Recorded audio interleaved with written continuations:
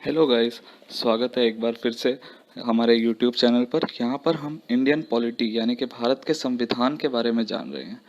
पिछले लेक्चर में हमने द कंपनी रूल के बारे में समझा था और आज हम क्राउन्स रूल के बारे में पढ़ेंगे। ठीक है, तो शुरू करते हैं पिछले बार का रिवीजन करते हुए। तो पिछली बार हमने क्या पढ़ा था कि 1600 में ईस्ट इंडिया कंपनी भारत में आई थी। 1765 में दीवानी राइट्स एक तरीके का टैक्स था जो इस कंपनी ने वसूल करना शुरू कर दिया था बिहार, बंगाल और उड़ीसा में, इन राज्यों में से। फिर हुई थी सिपाही मिट्टी 1858 में, और उसके बीच का जो कंपनीज रूल था उस समय ब्रिटेन की जो पार्लियामेंट है उसने जो रूल्स बनाए थे कंपनी को रेगुलेट करने के लिए भारत में, वो कंपनीज रूल के अंडर आए थे, उनके बारे में हमने पढ़ा था। तो पहला रूल था रेगुलेटिंग एक्ट 1773 का, जिसमें गवर्नर ऑफ बंगाल को गवर्नर जनरल ऑफ बंगाल कह दिया गया था।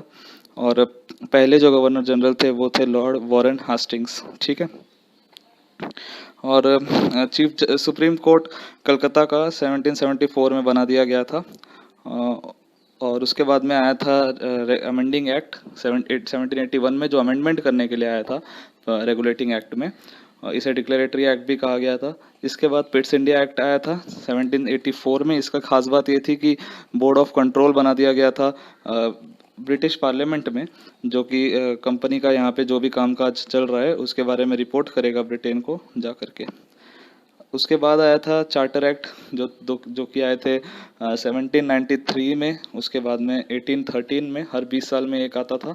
और हमने पढ़ा था 1833 के बारे में, जहाँ पर लॉर्ड विलियम बेंटिक को पहला गवर्नर जनरल ऑफ इंडिया बना दिया गया था। ठीक है, तो अब सीधा सीधा भारत के अंडर चला गया था ये, कि पूरा कंट्री के ऊपर रूल करेंगे।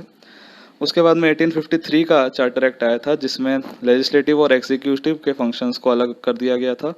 और इसके बाद ये कहा गया था कि अब चार्टर एक्ट्स नहीं आएंगे इसके बाद, यानी कि ये जानते थे कि इसके बाद अब क्राउन रूल में भारत चला जाएगा। तो अब हम पढ़ेंगे क्राउन्स रूल के बारे में। तो उसका पहला जो एक्ट था, जो 1857 में क्रांति हुई थी, उसके बाद जो पहला एक्ट पास किया गया था वो 1858 में गवर्नमेंट ऑफ इंडिया एक्ट पास कर दिया गया था। देखिए, तो अभी गवर्नमेंट ऑफ इंडिया ये नाम आने लग गया था। तो जो सिपाही म्यूटिनी हुई थी उसे फर्स्ट वॉर ऑफ इंडिपेंडेंस भी कहा जाता है, जो कि 1857 में हुई थी। तो ऐसा वापस ना हो, जो 1857 में क्रांति हुई वैसी क्रांति वापस ना हो, इसके लिए ये एक्ट पास किया गया था। गुड गवर्नमेंट ऑफ इंडिया के लिए ये एक्ट पास किया गया था। और अब पूरी तरह से ब्रिटिश क्राउन के अंडर सब पावर्स चली गई थी। ठीक है, तो अब India to be governed by in the name of her majesty, यानी कि जो क्राउन है, जो क्वीन है इंग्लैंड की, उनके अंडर इंडिया को गवर्न किया जाएगा। गवर्नर जनरल ऑफ इंडिया को अब वॉइसरॉय कहा जाएगा। और जो पहले वॉइसरॉय थे इंडिया के वो थे लॉर्ड कैनिंग। लॉर्ड कैनिंग ये नाम बहुत ही महत्वपूर्ण है, पहले वॉइसरॉय थे भारत के। अब डुअल गवर्नमेंट जो चल रही थी कि बोर्ड ऑफ कंट्रोल और कोर्ट ऑफ डायरेक्टर्स, जो हमने पहले देखा, ये दोनों को बना दिया गया था, वो दोनों को हटा दिया गया और एक नया ऑफिस सेक्रेटरी ऑफ स्टेट पूरे इंडिया के लिए, पूरी कंट्री के ऊपर एडमिनिस्ट्रेशन करने के लिए ये बना दिया गया था। उसके बाद में जो सेक्रेटरी ऑफ स्टेट थे उन्हें चेयरमैन ऑफ दिस काउंसिल बना दिया गया था। ठीक है, तो एडवाइजरी बॉडी यहाँ पर आ गई थी, एक ब्रिटिश कैबिनेट को ये रिस्पॉन्सिबल थी। दोनों को हटा करके एक कर दिया गया था। उसके बाद आया काउंसिल्स एक्ट। काउंसिल्स एक्ट 3 आए थे। तो पहला जो आया था वो 1861 में आया था। यहाँ पर जो वॉइसरॉय की जो कैबिनेट थी उसके अंदर कुछ भारतीयों को भी नॉमिनेट किया गया।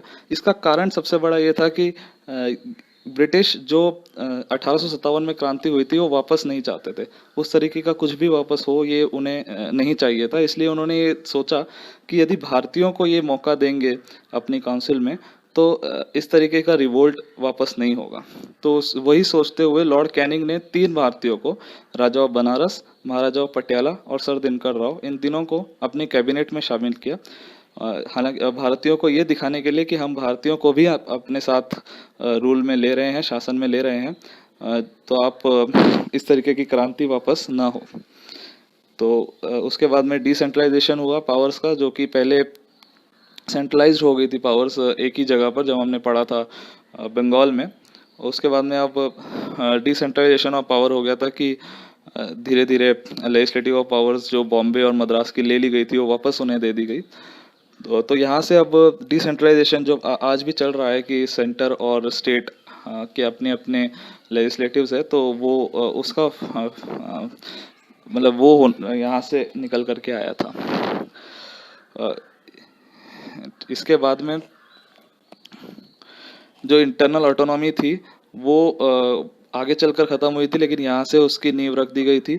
पोर्टफोलियो सिस्टम लॉर्ड कैनिंग ने इंट्रोड्यूस कर दिया था। पोर्टफोलियो सिस्टम ये था कि अलग अलग मिनिस्टर्स को अलग अलग काम दे दिया गया था कि आप ये संभालेंगे डिपार्टमेंट, आप दूसरा डिपार्टमेंट संभालेंगे। तो ये पोर्टफोलियो सिस्टम उन्होंने इंट्रोड्यूस कर दिया गया था। हालांकि पावर अभी भी लॉर्ड कैनिंग के हाथ में ही थी, जो कि वॉइस रॉय थे, और वॉइस रॉय के पास ऑर्डिनेंस की पावर आ गई थी। ऑर्डिनेंस ये होता है कि यदि पार्लियामेंट नहीं बैठी हुई है, पार्लियामेंट एक्ट नहीं पास कर रही है इस समय, लेकिन एक्ट पास करना है, तो उस समय जो प्रेसिडेंट है आज भारत के, वो ऑर्डिनेंस ला सकते हैं, वो एक लॉ बना सकते हैं जो कि 6 महीने तक वैलिड रहेगा। 6 महीने के अंदर उन्हें उस लॉ को पास करना होगा पार्लियामेंट में, नहीं तो वो ऑर्डिनेंस 6 महीने के बाद ख़त्म हो जाएगा। और या तो उसको रिन्यू कर सकते हैं उसके बाद में, जो हम आगे पढ़ेंगे आज हमारे संविधान में क्या लिखा है ऑर्डिनेंस के बारे में। लेकिन इस समय जो ऑर्डिनेंस लाया था वॉइस रॉय ने, वो इसी तरीके से लाया था कि 6 महीने तक वो रहेगा। इसके बाद आया था काउंसिल्स एक्ट 1892 का। जैसे पहले 61 का आया था, उसके बाद आया 1892 में। इसमें जो फंक्शंस थे लेजिस्लेटिव काउंसिल के, उन्हें डिस्कस करने का यहाँ पे प्रावधान बना दिया गया था कि बजट के बारे में डिस्कस कर सकते हैं। यहाँ पे ये ज़्यादा ज़रूरी है, हमारे लिए नहीं था एक्ट। हालांकि इसमें इलेक्शन जो थे वो लिए गए थे। नॉन ऑफिशियल सीट्स हुआ करती थी सेंट्रल और प्रोविंशियल लेजिस्लेटिव काउंसिल्स में, तो उसके लिए इलेक्शंस लिए गए थे, तो इसलिए ये महत्वपूर्ण हो जाता है। लेकिन इलेक्शन ये शब्द नहीं बोला गया था। हालांकि नॉमिनेशन से या फिर इलेक्ट करके मेंबर्स आते थे, लेकिन इलेक्शन ये वर्ड नहीं यूज़ किया गया था। इसीलिए केवल ये एक्ट जो काउंसिल्स एक्ट है ये इम्पोर्टेंट है। इसके बाद आया था 1909 का। ये बहुत ज़्यादा इम्पोर्टेंट रिफॉर्म था। मोंटे मिल्लो रिफॉर्म्स इसे कहा जाता है। मिल्लो मोर्ले मिंटो भी कहा जा सकता है। इसमें क्या कहा गया था कि जो लेजिस्लेटिव काउंसिल है उसका साइज बड़ा कर दिया जाए, सेंट्रल और प्रोविजनल मेंबर्स दोनों के लिए। प्रोविंशियल जो थे वो स्टेट्स में थे, और सेंट्रल लेजिस्लेटिव काउंसिल भी जो थी वो सेंटर पर थी। सेंट्रल लेजिस्लेटिव काउंसिल जो थी उसे 16 से 60 तक नंबर बढ़ा दिया गया था, और जो मेजॉरिटी रखी गई थी सेंट्रल लेजिस्लेटिव काउंसिल में वो अभी भी ब्रिटिश के अंडर ही थी कि ब्रिटिश मेजॉरिटी रहेगी। भारतीयों को हालांकि मौका मिल रहा था वहाँ पे चुन के पहुँच सकते थे वो, लेकिन अभी भी मेजॉरिटी जो थी वो ब्रिटिश के पास ही थी। सप्लीमेंट्री क्वेश्चंस पूछने का अधिकार दे दिया गया था कि बजट के ऊपर और सवाल कर सकते हैं आप। पहले ये मौका नहीं दिया गया था कि आप सवाल कीजिए। उसके बाद में जो कि पहले भारतीय थे एग्जीक्यूटिव काउंसिल में वॉइस रॉय के, वो थे सत्येंद्र प्रसाद सिन्हा। उन्हें लॉ मिनिस्टर बना दिया गया था। ये पहले भारतीय थे एग्जीक्यूटिव काउंसिल में। लेजिस्लेटिव काउंसिल में उन्हें भारतीय जो हमने देखे पहले 3 वो नॉमिनेट किए गए थे, लेकिन एग्जीक्यूटिव में पहले थे सत्येंद्र प्रसाद सिन्हा, जो कि सिविल सर्विसेज के बाद पहुंचे थे। उन्हें लॉ मिनिस्टर बना दिया गया था। लॉ के मेंबर थे वो। कम्युनल रिप्रेजेंटेशन दे दिया गया था मुस्लिम्स को, सेपरेट इलेक्टोरेट। ये कम्युनल रिप्रेजेंटेशन का मतलब ये था कि किसी भी सीट के लिए मुस्लिम यदि खड़ा होता है, वहाँ पर उम्मीदवार, मुस्लिम उम्मीदवार यहाँ पर खड़ा होता है, तो उसे वोट वहाँ पर जो भी वोट देने वाले लोग हैं उनमें से जो मुस्लिम होंगे केवल वो ही उसे वोट दे सकते हैं। तो ऐसा समझ लीजिए कि एक एरिया है, वहाँ पर सभी लोग रहते हैं, मुस्लिम हैं, सिख हैं, हिंदू हैं, सब अलग अलग लोग वहाँ पर एक साथ रहते हैं, जैसे आज भी हम देखते हैं। और वहाँ पर जो मुस्लिम कैंडिडेट खड़ा होता है तो उसे केवल मुस्लिम ही वोट देगा। ये था कम्युनल रिप्रेजेंटेशन। ये इस तरीके से डिवाइड एंड रूल करके ब्रिटिश आगे बढ़ना चाहते थे। लॉर्ड मिंटो को फादर ऑफ कम्युनल इलेक्टोरेट कहा गया क्योंकि इन्होंने ये सिस्टम इंट्रोड्यूस किया था। वहाँ पर ये डिवाइड करने के लिए एक नया सिस्टम लॉर्ड मिंटो लेकर के आए थे। सेपरेट रिप्रेजेंटेशन दे दिया गया था यूनिवर्सिटी, ज़मींदार, इन सबको। तो यहाँ पर तो इस एक्ट का ये महत्व रहा था। इसके बाद आया था गवर्नमेंट ऑफ इंडिया एक्ट 1919 का। इसे मोंटेगू चेम्सफोर्ड रिफॉर्म भी कहा जाता है। ये आया था 1919 में, लेकिन इसे फोर्स में लाए गए थे 1921 में। ठीक है, तो तो जो 1909 का रिफॉर्म्स था, मोनले मिंटो रिफॉर्म्स, वो 1921 तक चला। हालांकि 10 साल के लिए एक 3 लिस्ट हैं आज हमारे संविधान में। पहली लिस्ट है यूनियन लिस्ट, दूसरी है स्टेट लिस्ट और तीसरी है कंकरेंट लिस्ट। जो यूनियन लिस्ट है उसमें जो लॉ बनाया जाएगा, सब्जेक्ट्स उसमें उस लिस्ट में रखे गए हैं, उस पर जो लॉ बनाया जाएगा वो सेंटर के द्वारा, यानी कि पार्लियामेंट में एक्ट पास करके लॉज बनाए जाएंगे। और जो स्टेट लिस्ट है उसमें स्टेट जो प्रोविंसेस इस समय कहा जा रहा है वो लॉ बनाएंगे।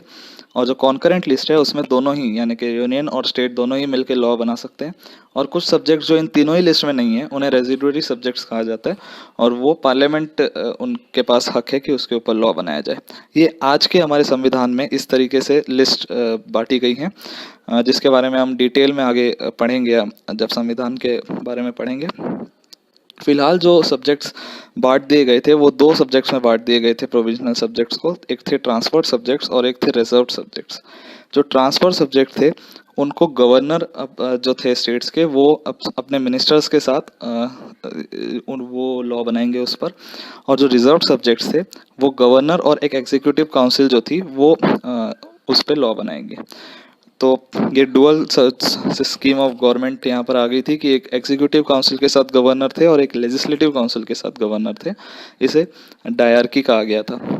और इसके साथ ही डायरेक्ट इलेक्शन सब आने शुरू हो गए थे।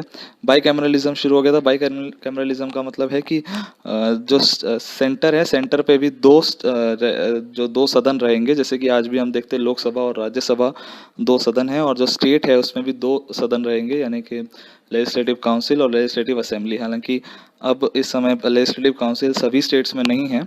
यदि आप देखना चाहें तो आप ये सर्च कीजिएगा कि किस किस स्टेट में लेजिस्लेटिव काउंसिल है, और नीचे कमेंट सेक्शन में लिख के बताइएगा कि कौन से स्टेट्स में आज लेजिस्लेटिव काउंसिल है।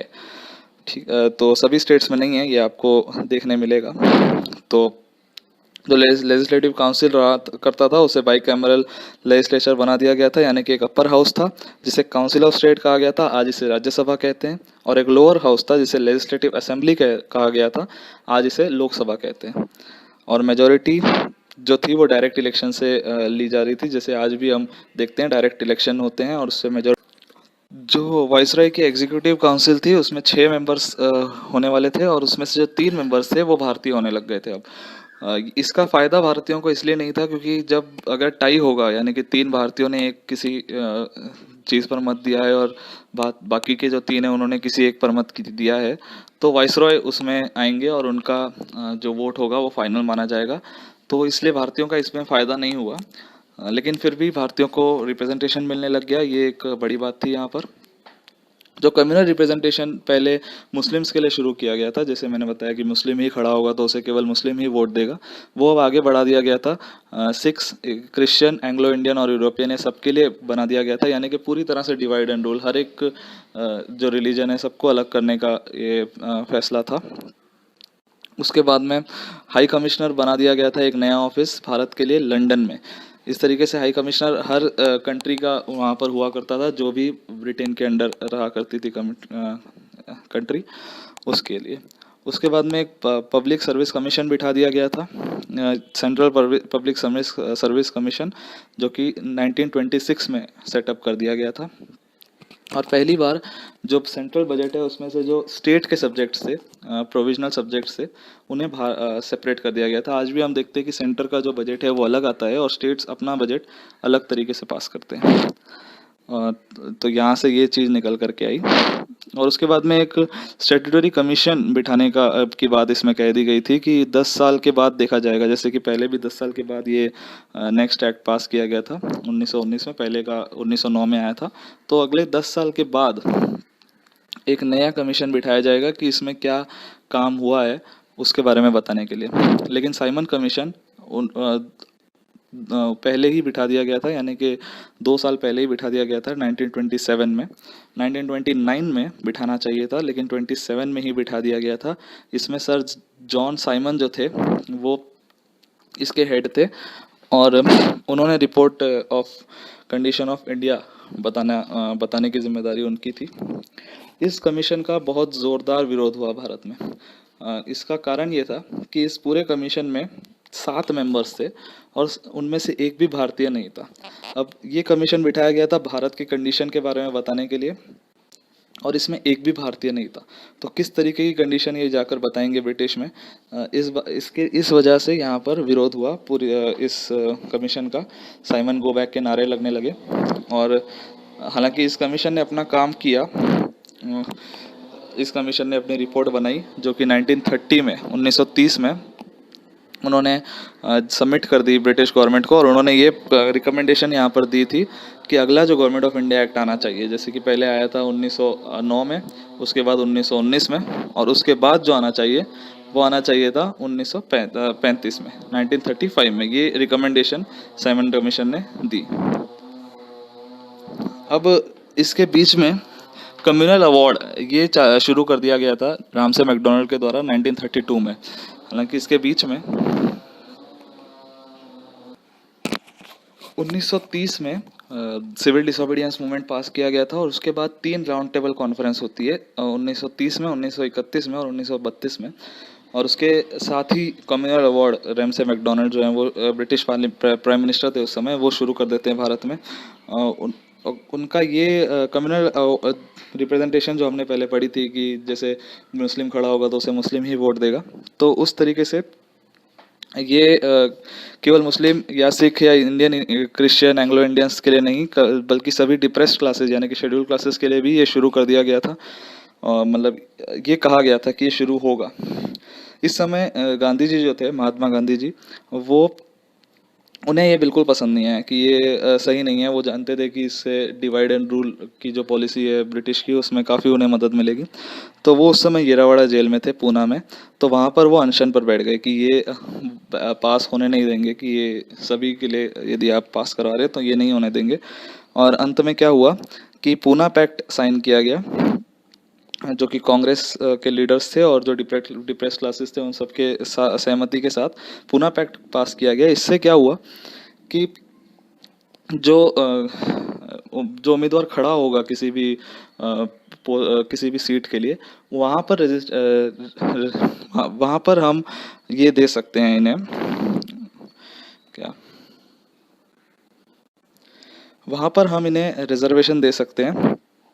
लेकिन जो वोट करेंगे वो सभी जो उस एरिया में रह रहे हैं, भले ही वो किसी भी समुदाय के हों, वो सभी उन्हें वोट दे सकते हैं। ये पूना पैक्ट में पास हुआ गया था। आज भी रिजर्वेशन सीट्स पे हैं कि इस किस सीट से कौन डिप्रेस क्लासेस के खड़े होंगे उम्मीदवार, तो उनके लिए सीट्स रिजर्व ज़रूर हैं, लेकिन वोटिंग सभी कर सकते हैं। यहाँ से ये पास हुआ था। उसके बाद में 1935 का एक बहुत बड़ा एक्ट पास हुआ था। इस एक्ट की वजह से ही इस एक्ट का बहुत बड़ा योगदान रहा था हमारे संविधान में।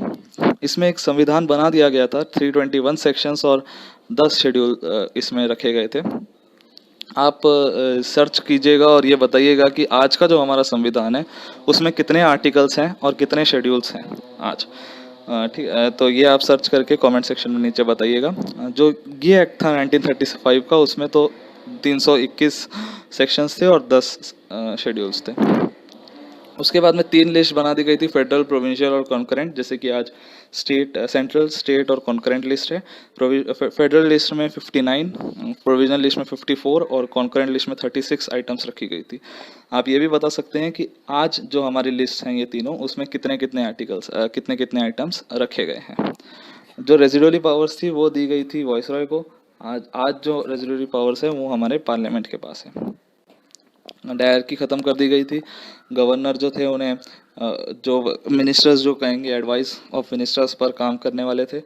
और ये जो एक्ट आया था 1935 का, ये पास हुआ था 1937 में, और उसके बाद ये डिसकंटिन्यू हो गया था 1939 में, क्योंकि उस समय वर्ल्ड वॉर शुरू हो चुकी थी, विश्व युद्ध दूसरा। हाँ, उसके बाद में जो आगे की कार्रवाई थी वो जो हिस्ट्री में हमने पढ़ी है कि वर्ल्ड वॉर ख़त्म होता है 1945 में, उसके बाद हमें 1947 में आज़ादी मिलती है।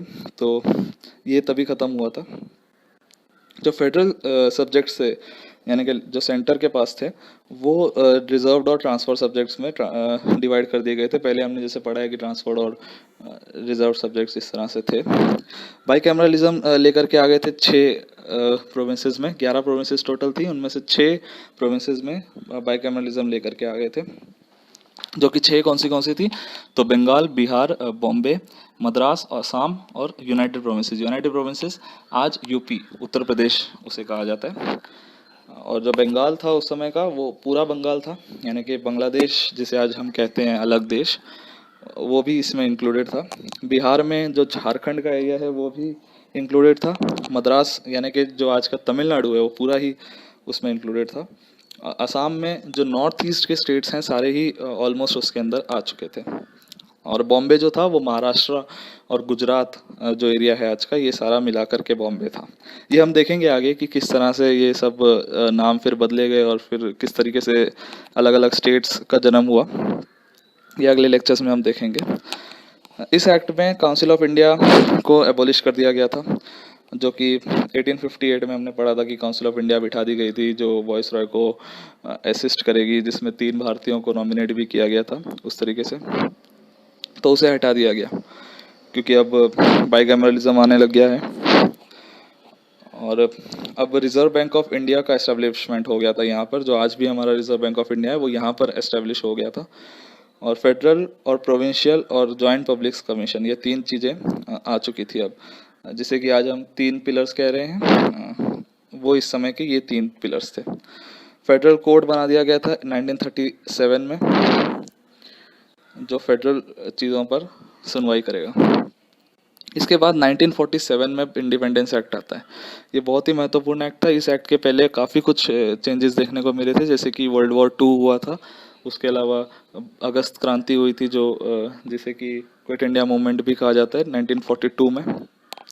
तो काफ़ी मेहनत मशक्क़त के बाद ये एक्ट पास किया गया ब्रिटिश के द्वारा, जिसमें कि क्लेमेंट एटली ब्रिटिश प्राइम मिनिस्टर थे उस समय।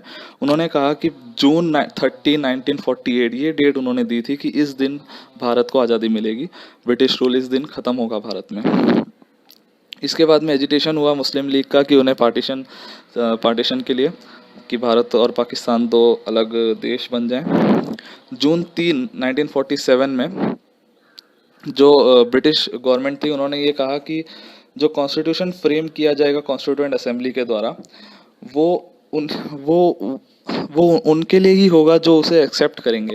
यानी कि कॉन्स्टिट्यूएंट असेंबली बिठाई जाएगी इसके बाद, इस एक्ट के बाद, जो भारतीयों की ही होगी, और उसे वही लोग एक्सेप्ट करेंगे जो इसके लिए जो उनको एक्सेप्ट करना चाहते हैं, केवल वही लोग के लिए वो होगा।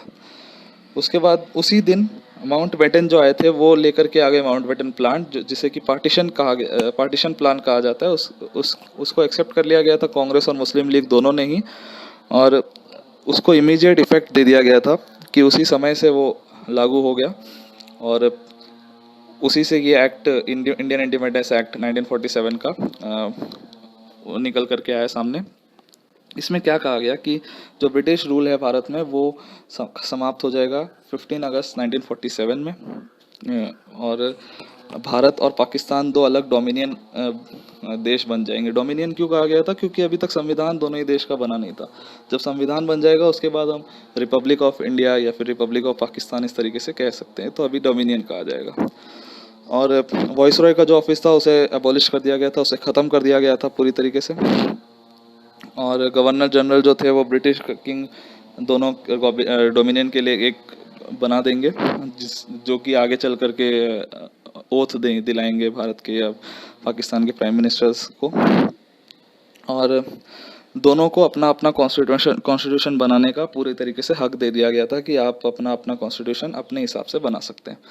और जो सेक्रेटरी ऑफ स्टेट था उस ऑफिस को ख़त्म कर दिया गया, और जो फंक्शंस थे वो कॉमनवेल्थ अफेयर्स को दे दिए। कॉमनवेल्थ अफेयर्स ये नाम इसलिए था कि जो भी कंट्रीज़ इंग्लैंड के अंडर कभी भी रही हों, किसी भी तरीके से रूल शासन रहा हो इंग्लैंड का उनके ऊपर, वो कॉमनवेल्थ में आ जाती हैं। और भारतीय जो प्रिंसली स्टेट्स थी उन्हें ये कहा, जो भी थे प्रिंसली स्टेट्स उस समय, उन्हें ये कहा गया था कि आप या तो भारत में शामिल हो सकते हैं या फिर पाकिस्तान में, या फिर आप इंडिपेंडेंट भी रह सकते हैं, अपने देश में भी आप अपना देश बना करके खुद उस पर रूल कर सकते हैं। जो ब्रिटिश मोनार्क था उनके पास में वीटो करने का हक था, यानी कि कोई भी बिल पास कराना या नहीं कराना वो उनके हाथ में था। इस राइट को, ये जो हक था उनके पास, इसे गवर्नर जनरल के पास कर दिया गया था, जो कि दोनों ही देशों के लिए अलग अलग बनाया गया था। और अब जो सिविल सर्विसेज का अपॉइंटमेंट था उसे डिसकंटिन्यू किया गया था कुछ समय के लिए, फिर उसके बाद वापस शुरू कर दिया गया था अपने अपने देश के हिसाब से। और जो भी अपॉइंट किए गए थे पहले के सिविल सर्विसेज, जो भी मेंबर्स थे उनके आज़ादी से पहले के, वो वैसे ही आगे कंटिन्यू करेंगे। उनके लिए ये कहा गया था कि आप वैसे ही कंटिन्यू करेंगे आगे।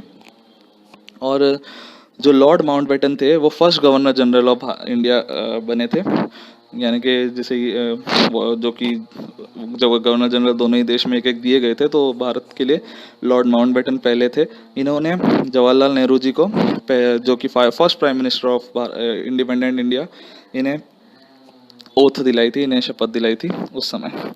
कॉन्स्टिट्यूशन ऑफ इंडिया जो था वो 1946 में कॉन्स्टिट्यूएंट असेंबली उसके लिए बन चुकी थी जो कॉन्स्टिट्यूशन बनाएगी, और वो उसके बाद पार्लियामेंट बन जाती है भारत की कुछ समय के लिए। जब तक कॉन्स्टिट्यूशन नहीं बनता तब तक कॉन्स्टिट्यूएंट असेंबली जो थी वो पार्लियामेंट का भी काम करेगी। हम आगे अगले जो हमारा लेक्चर है उसमें कॉन्स्टिट्यूएंट असेंबली के बारे में बात करेंगे। ये इंटरिम गवर्नमेंट में जो भी मंत्री थे भारत के, जो भी मंत्री बनाए गए थे, उन सब की एक लिस्ट है। इसे आप पॉज करके वीडियो को यहाँ पर देख लीजिएगा कि कौन कौन मंत्री बने थे और क्या क्या पद, क्या क्या पोर्टफोलियो उनके पास दिए गए थे। और ये भारत की पहली कैबिनेट थी 1947 में, फ्री इंडिया की, यानी कि आज़ादी के बाद में जो पहली कैबिनेट बनी थी भारत की, उसमें ये सभी मेंबर्स थे और इनके पास क्या क्या पोर्टफोलियो थे ये भी आप एक बार पॉज करके देख लीजिएगा। तो आज हम यहीं पर हमारा लेक्चर समाप्त करते हैं। अगले लेक्चर में हम कॉन्स्टिट्यूएंट असेंबली के बारे में बात करेंगे। इस लेक्चर में या फिर इसके पहले के लेक्चर में आपको कोई भी डाउट रहा हो तो कमेंट सेक्शन में लिख के बताइएगा। कुछ सवाल आपको पूछे गए हैं इस लेक्चर में तो वो ज़रूर सर्च करके कमेंट सेक्शन में लिखिएगा। इससे आपका एक अच्छा रिविज़न हो जाता है, आपकी तैयारी हो जाती है कि आप इस बारे में जानते हैं पहले से ही। आगे आपको आसानी होगी जो आगे के लेक्चर्स होंगे उसमें पढ़ने के लिए। तो आज के लिए इतना ही। Thank you very much.